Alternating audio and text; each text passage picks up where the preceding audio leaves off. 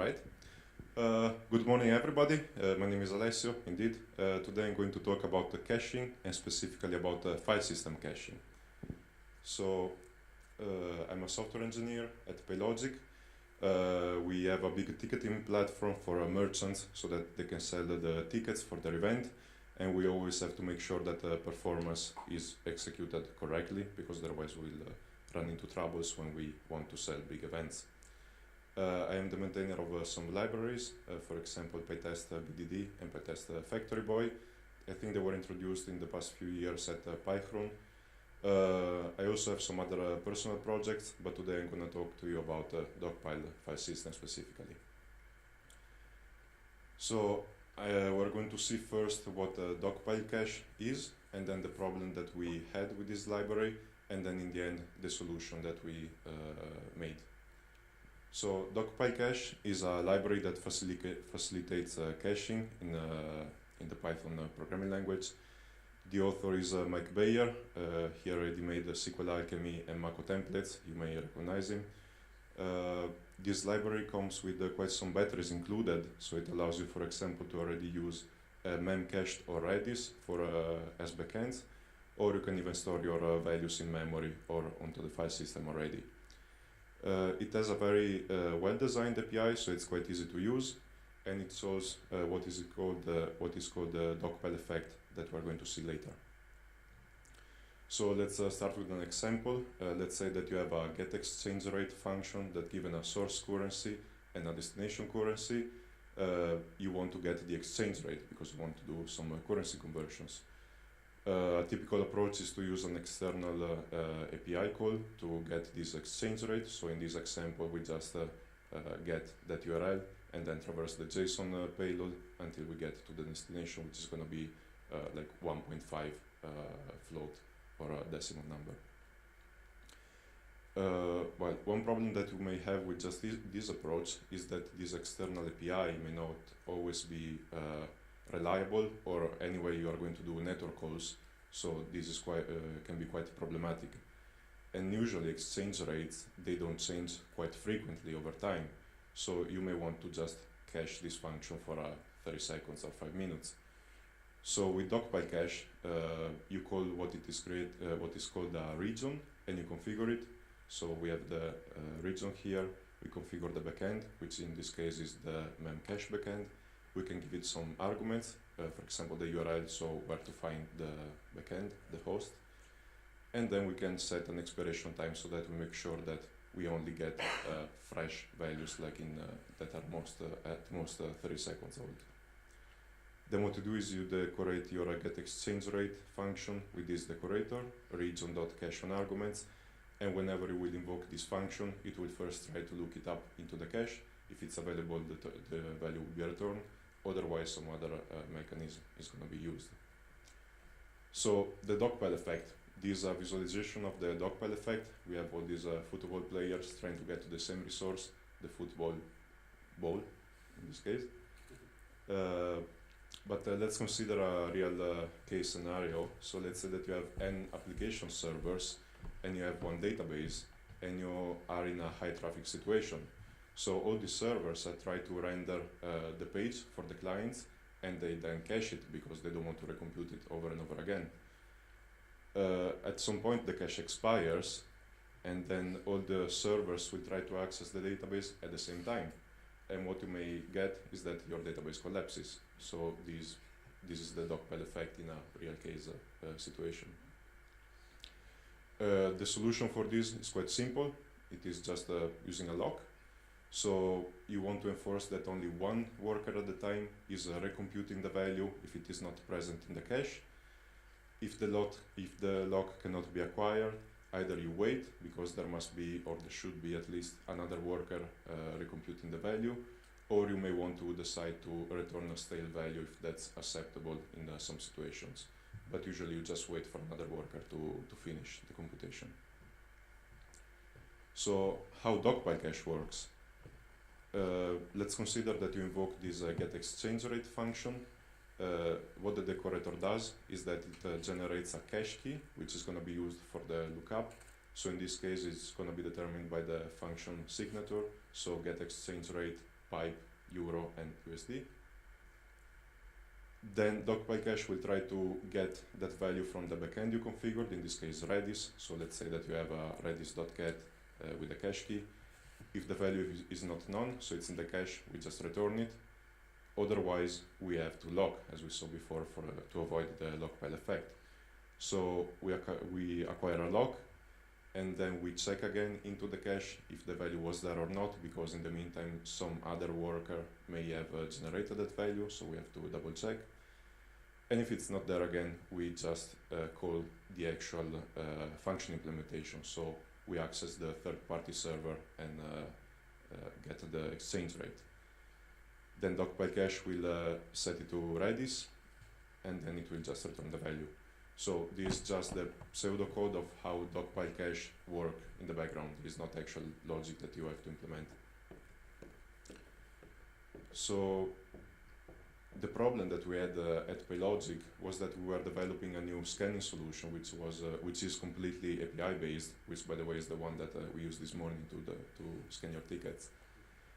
But we had to support both online and offline scanning because at events, connectivity is not always reliable, or it may be not even there. So we must always have a way to scan the tickets in an offline way, doing some kind of best effort mode, because for sure we don't want to block entrances with like thousands of people waiting on the line. That's just not acceptable. So we have to implement a fast initial import for these scanning devices, because we have sometimes more than 100,000 of tickets to import on the devices. So the solution for that was to pre-compute the SQLite database used on the devices on the server side. But then we had a problem in that when you configure a lot of devices before the event starts, then you are basically causing the dogpile effect again.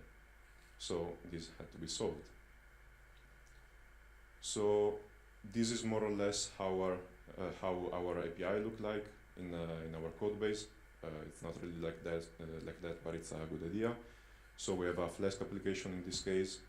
We define a route. So whenever you get to the operation UID export, we will try to generate the SQLite file for you, and we will serve it as an attachment. So we have this function make export file that creates a named temporary file on the file system, and then with the SQL alchemy we treat it as a SQLite file, so we insert all the rows and all the records that we need, and then we return the file pointer. Note that in here we never allocate stuff in memory, we just keep everything on the file system, because the SQLite files sometimes can be quite big. So a solution for this, like we wanted to cache this endpoint because the export doesn't quite change over time, so it was a good candidate to be cached. So we try to use the dogpile cache mechanism. So we defined a cache region with the dogpile file system backend. Dogpile already provides a backend to store values on the file system, so we try that. And then we just decorated the function. But the problem is that, or at least the first problem, is that we have to store the bytes in memory. We cannot just give a file pointer to dogpile cache, but we must give it a whole string, like a whole byte array or byte string, sorry. And indeed, this was the problematic section, the backend implemented by dogpile cache. So yeah, the problem with this is that it can only cache pickable values, so file objects are not allowed by definition, unless you're using string IO, but that's quite some different stuff. And this means that you must store the SQLite file in memory, but again, sometimes this can be megabytes or even hundreds of megabytes can be, so that's not quite an option for us. Another problem of the already implemented backend is that all the values are going to be stored into one single file on the file system, so that makes it quite difficult to debug and to see what actually is going on the file system and why this is growing so much. And also there is no eviction strategy, so eventually if you leave your server running for long enough, you will just fill up your disk space. and then it is not even a recoverable solution, because even if you restart your application server, well, no space is left. There are some alternative backends provided by dogpile cache. For example, they provide a memcache and Redis, but they have more or less the same issue, that they store values in memory. So even if you can store them in memory, you will basically have a lot of cache misses, because, well, your memory is not big enough to store all the values. And one final problem with this implementation is that it has just one global lock. So let's say that you have many scanning operations going on at the same time. Each one of them will try to acquire the very same global lock. And this export call can take even 30 seconds, 1 minute. So this means that all the requests will be serialized into a single stream, and you will not be able to serve clients for a completely different event, because another operation is being generated. So this is completely not acceptable for us. A small digression, why is it difficult to use file as logs in the first place? Well, it turns out that log files, they can be created once and you cannot remove them afterwards, otherwise you run into race conditions. I have an example of how a race condition can happen, but let's skip it for the time being, maybe we can see it afterwards. So if you cannot remove the log file, then it means that you will create an unbounded number of log files into your file system. And then if your server runs long enough, then you will not even be able to access that folder and to list the content of the folder, because you have just thousands or millions of files. And it's not acceptable. So there must be a better way to do this. And in the end, we had to write our own backend to implement this and to solve these issues. So the requirements that we wanted to satisfy is that we don't want to store anything in memory. We just want to be able to use the file system instead, because, well, that's more efficient, and we want to keep the memory footprint of the process very low. We don't want to have a global lock. We want to support multi-concurrency as much as possible. We want to have an eviction strategy, because we don't want to fill up your file system and not be able to recover from that, so there must be some way to delete all the values. And then this implementation must be generic enough that can just be a drop-in replacement for what is already provided by dogpile cache. So we made it. It is called the dogpile file system. It is currently available on GitHub under the plogic namespace. We created two backends, one which we call the raw backend, which allows you to cache only file objects. So it will implement some nice optimization strategies to do that. Or there is a generic variant that allows you to store any pickable value, just like in any other backend. So dogpile cache actually facilitates the creation of backends for your specific needs. What you have to do is to extend this cache backend class, and you have to implement the get function and the set function, and the get mutex function, which is the one used to get the log, again, for the dogpile effect prevention. So let's briefly look at it. So the set function is going to be called by dogpile cache when it is necessary to set a value on the backend. So the parameters that you have is the key, which is the string which corresponds more or less to the function signature, as we saw before, and then a value, which in our case is a file-like object. So what we do is we calculate the current timestamp, which is going to be used later, nothing fancy. Then we immediately expire all the values from the storage, so we remove all the old files that are not necessary anymore. So that's how we enforce that you never exceed your maximum configured size. And then what we do is we acquire a lock, a file lock, to ensure that no other operation is going to write on this file. Otherwise you may run into quite some serious problems. The next thing we do is that from the value, which is the file provided by your function, we move it to a predetermined location on the file system. So for example, we move it to /tmp paylogic scanning operation uid dot value. So there's always a position where we know where the file is going to reside. And the last thing we do is we modify the time of the file so that later on we will be able to determine how old that file actually is, so that we can expire it. The implementation of get is quite similar. We compute the timestamp. We now determine, given the key, where to look the file into the file system. And then again, we acquire the lock to make sure that nobody else is writing into that file while we try to access it. If the file does not exist, then we return a value. It is a way to signify that while this key is not present in the cache. Otherwise, if the file is there, we check if it was not, if it is not expired. Otherwise, in that case, we also return a value. This is needed for some tricky situation. It's not a big deal. And then what we do is we get a file pointer from that file path, and then we can just return it. And that's basically the whole logic of the get. It is, of course, way more complicated than this. There are a lot of edge cases, but this is more or less the idea of it.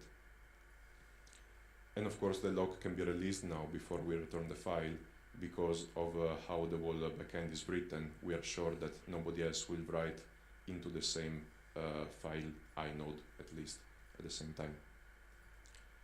So the hard part is actually how to implement this file lock. A little digression again about file locking APIs on a Unix system.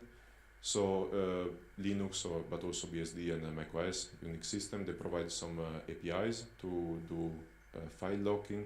One is called flock, then there is a lockf, and then there is a fcntl, and they're all completely separated from each other. Like if you try to use one function call from flock and then a lockf on the same file, results are at least undefined. Like there is no way to know what is going on in there. So it turns out that Python provides provides something at least. It provides fcntl.lockf in the standard library, but it is not the Unix lockf, and it's a wrapper around fcntl. So what? So yeah, Joop, a colleague of mine, discovered that this Python function lockf has an interesting signature. So you can pass an fd, a file descriptor, the file descriptor that you want to lock, the command, which can be lock, unlock, non-blocking, whatever other options. And then you have a starting position, which is the bytes offset at which you want to start your lock. So this means that you can have one single file, and you can lock an arbitrary position on the file, for example, for 1 byte. And this is quite an interesting feature that we can exploit. So indeed, you can lock file regions at an arbitrary offset. The only restriction is that it must fit a size t, so an integer between 0 and 2 to the power 64, which is quite enough. And the file size will always stay 0. So even if you lock the file at position 100,000 millions, whatever, the file size on the file system is always 0. So you don't actually grow the file. So let's abuse it. So the idea here is that given a function call, for example, our make export file given an operation ID, whatever parameter, dogpile cache will generate the cache key. So make export file pipe the parameters, which is a string. And then what we do is we map this string to an integer. So, and this integer can be between 0 and 2 to the power 64, so collisions are quite rare, at least. And then what we do is we use the same file over and over again, this tmp paylogic scanning export.log, which is always the same. And we lock at this position, 8 million whatever, something, for just 1 byte. And this is actually what we do in the backend. Of course, this is a way oversimplified version of what is going on, because there are a lot of gotchas there. But again, given the key, we map it to an integer between 0 and 2 to the power 64. We get this nice number. We create the file, the log file if necessary. This may be the first invocation, so we just create it if it doesn't exist. Nothing serious. and then we call this lockf function with a specified offset. Then the file is locked at the specific byte. We yield the control flow to the caller so that your implementation can compute the value, and then in the end we unlock the file. Turns out that of course nothing is easy, so there are quite some gotchas in these file system APIs. So the locks that you get from FC and TL are bound to a process and to a file inode, which is quite interesting. So if the process dies, then your lock is released. If the inode is removed from the file system, then the lock is released. But the consequence of this is that if you have two threads of the same process trying to acquire the same lock at the same time, they will both succeed, because to the eyes of the operating system, they both have the same process ID. So we must implement some safety guards around it. Yes, welcome to the struggle. And also, these are not reentrant locks. So if you have a thread that lock the same position over and over again, the first time it will unlock it, then this lock is available for everybody else. So you must implement some strategy to work around it again. So the solution to the first problem of two threads being able to acquire the same lock is to implement a thread lock, nothing fancy. But then it also means that you have to implement a lock registry to make sure that whenever you request that specific file and offset, we always return the same thread lock object. Otherwise, two threads may lock two different thread locks. That's quite convoluted, but yeah, apparently this was necessary, and it was a pain in the ass. Then the problem that these are not reentrant locks, and the solution is to, well, make them reentrant. You can just implement a simple counter that counts the number of times that you acquire the lock, and then you count down the number of releases, and only at the last one you actually release the lock from the file system. So this is basically how we implemented the dogpile file system. This backend that allows you to use files efficiently to cache values. So we just use one file for its cached value, so it makes it a little bit easier to debug in case you see your folder being filled with cache values. At least it's not one single file. There is still one single lock file, but with the technique that we just saw before, it still allows to do granular locking, so that's quite nice. We implemented a first in, first out eviction strategy, so that means that we just expire the oldest value that we created. Could be better, but this was good enough for us. It has been running 3 months in production without any issue yet. So does that qualify for production already? Yeah, I don't know. Yeah, works for us. So the usage again is quite simple. It doesn't. It's nothing different from how you would use dogpile cache. So you configure your region, and then you use this paylogic.row file system instead of the one provided by dogpile cache. There are some arguments that you can specify. For example, the cache directory that you want to use. Also the cache size, so that you can decide that you want at most 1 gigabyte or 10 gigabytes or whatever. And then some optimization options, but yeah, the README is there for a reason. Let's not dig into that. But the nice thing in the end is that from your function, you can return a file descriptor, a file object, should I say, and nothing will be stored in memory. Pull requests are welcome. Like for example, the eviction strategy can be improved. We have, like for example, we can have a least recently used strategy or least frequently used. You're welcome to implement them. Also, there is no support for asynchronous value generation, which is quite a different way that dogpile cache provides to create values when they're expired. But again, this is all stuff in the README. And whatever other use case that you may come up with. And that was it. Thank you.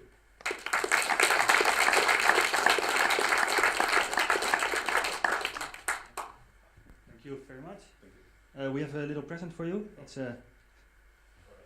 It's It's a book. I don't know the title yet, so it's about the creativity code.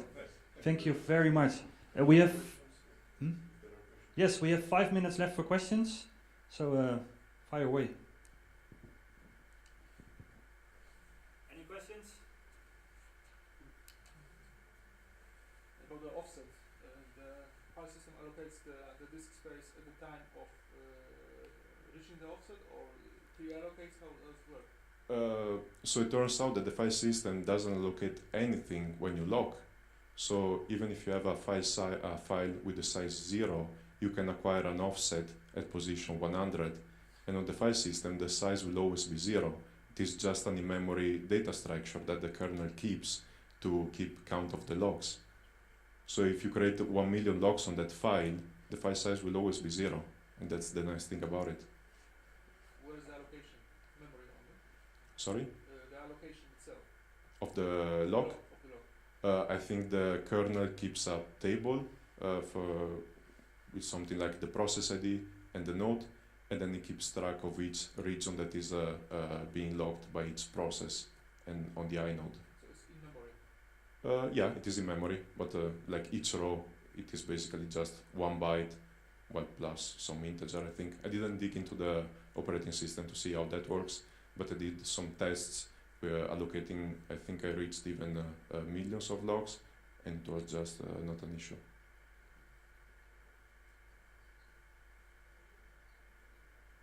Any more questions?